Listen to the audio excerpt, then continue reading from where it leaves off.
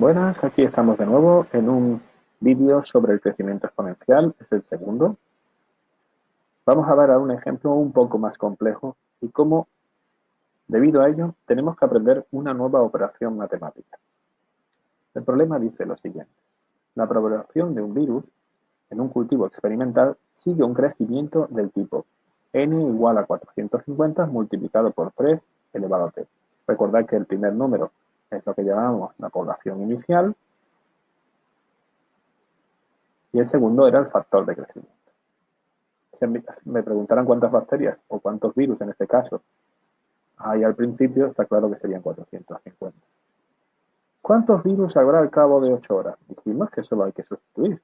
N será igual a 450 por 3 elevado a 8.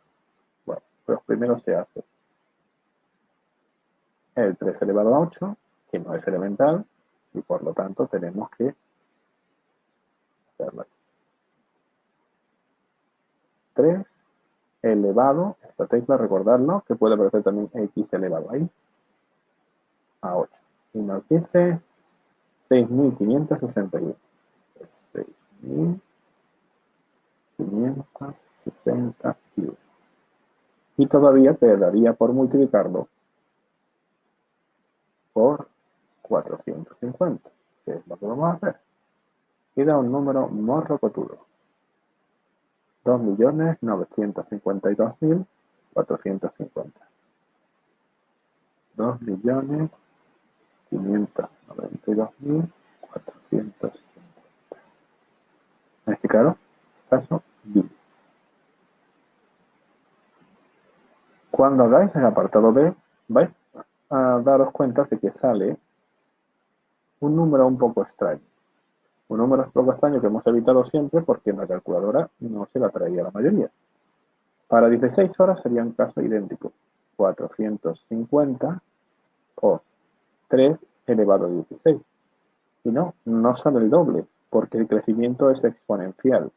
Sale muchísimo más, un número tan grande que seguramente deba copiarlo de la calculadora. O una versión más reducida. Así, 3 elevado a 16 ya da un número imponente: 43.046.721.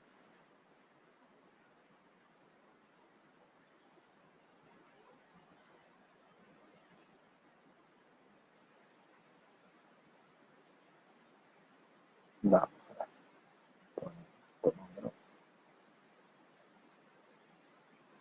Vamos a vernos.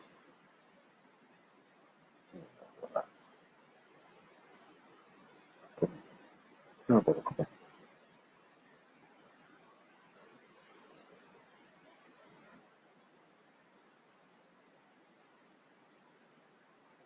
43.046.721.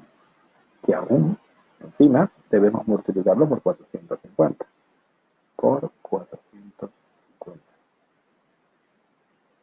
Y sale un número un poco extraño. Una serie 1,933 tal, por 10 elevado a 10. Pues nos vamos a quedar solo con las tres primeras cifras. Cuando salga un 10 elevado a algo, nos quedaremos solo con las tres primeras. Es decir, 1,93 por 10 elevado a 10. Vamos a poner 1,93 por 10 elevado a 10. Mire, qué forma tan extraña. Este tipo de anotar los números se llama notación científica. Y sirve tanto para números muy grandes como para números muy pequeños. En realidad, hay que imaginarse que la coma está movida a la derecha como 10 cifras. Por tanto, este número en realidad es enorme. Es como 19.000 millones de virus. Esto es simplemente anotar lo que viene en la calculadora. Pero el C es otra cosa. Porque preguntan ¿cuántas horas va a tardar en haber 2 millones de virus? Este va a ser el número de virus. Antes no lo sabía, ahora sí lo sé. Pero lo que no sé es el tiempo. Tomando la fórmula, sé el número de virus, 2 millones, sé el número inicial, 450, por 3 elevado a t. Pero esta vez t no sé lo que es. Bueno, pues esto es una ecuación. Voy a tratar de despejarlo. El 450 está multiplicando, lo paso dividiendo. Tendremos 2 millones dividido entre 450. Y me quedaría aquí 3 elevado a t. Vamos a ver cuánto es. 2 millones. Fijaos, no pongo puntitos, son millones, no son comas. Dividido entre 450 igual a, de nuevo, 444,44. No voy a poner todo. 444,44 igual a 3 elevado a t. Y el problema surge al intentar despejarte. No es t elevado a 3, que sería más fácil de despejar, sino 3 elevado a t, a un número desconocido. ¿Recordáis que esto es una pregunta? Sí, las ecuaciones eran preguntas. La pregunta es, ¿a qué número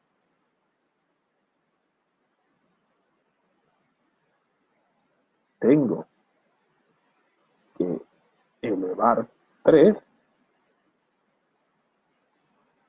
para que dé 444,44? Uf, pues yo no sé vosotros, pero lo que es yo soy incapaz de calcular eso.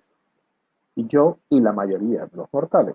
Por eso, los matemáticos hubieron de inventar una nueva operación matemática que pudiese resolver de forma más o menos sencilla este tipo de ecuaciones. Y a esa nueva operación se le llamó logaritmo.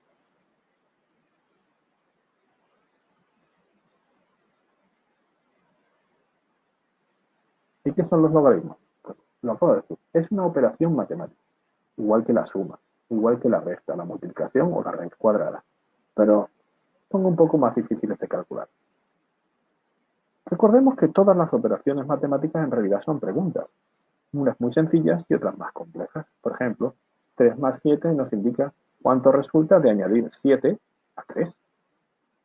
4 por 5 nos está preguntando cuánto resulta de sumar 4 veces 5 o 5 veces 4. La raíz cuadrada de 16 nos hace una pregunta ya un poco más complicada. ¿Qué número multiplicado por sí mismo da 16? Solo el 4 o el menos 4 pueden multiplicarse por sí mismo y dar 16. Pero la pregunta que hace un logaritmo es un poco más difícil. Los logaritmos se escriben de esta forma. Logaritmo, esto se lee base,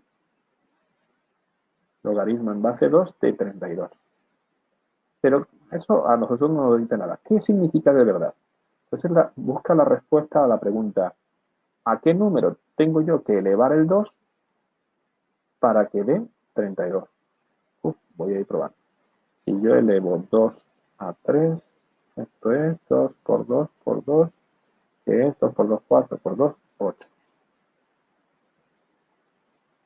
Si elevo a 4,